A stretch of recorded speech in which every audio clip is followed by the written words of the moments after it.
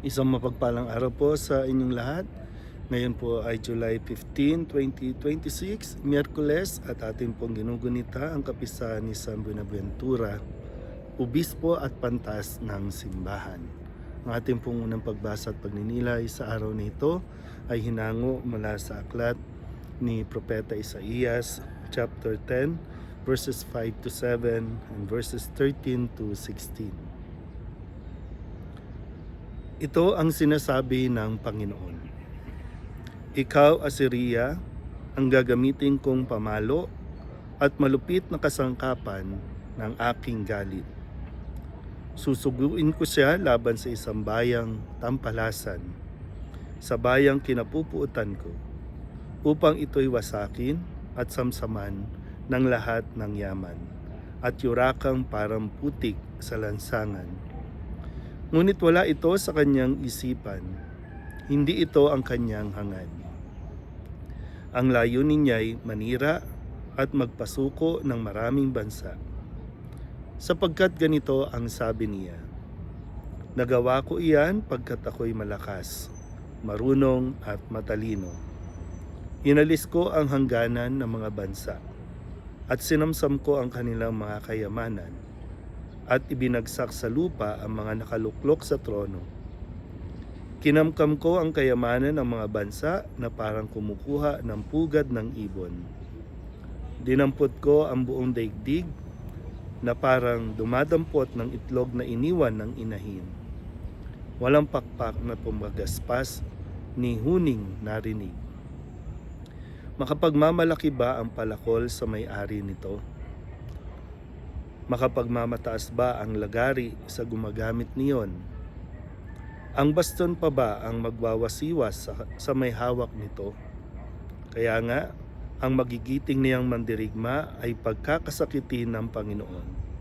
At sa ilalim ng kanilang maringal na kasuotan, mag-aapoy sa init ang kanilang katawan, parang sigang malagablab. Ang salita ng Diyos. Muli po, isang mapagpalang araw sa inyo po lahat at papatuloy na ating pagbabasa at pagninilay mula sa aklat ni Propeta Isaías na ngayon pinapahayag dito. No? Maganda yung umpisa na sinabi, yung Assyria kasi ay isa sa mga bansang sumakop, nagpahirap sa bayang Israel at dito malalaman natin na ito ay pinahintulutan ng Panginoon at pagsabi nga ang Assyria ang gagamitin niyang pamalo. Pag sinabing pamalo, ito ay paraan ng pagtuturo at pagdidisiplina sa isang anak na hindi tumitino, sa isang anak na nagre-rebelde at patuloy na sumusuway sa kanyang ama.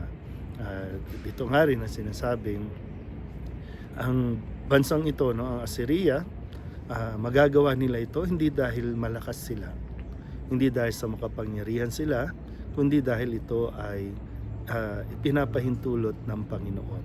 Muli, ang mga nangyayaring at pwedeng isipin ng tagumpay ng ibang bansa ay paraan lamang ng pamamalo o pagdidisiplina ng Panginoon. At magandang mapagnilayan din natin sa bahaging ito na baka madalas ay nakakalimutan natin na kaya natin nagagawa ang lahat ay dahil sa sarili natin lakas, sa sarili natin talino.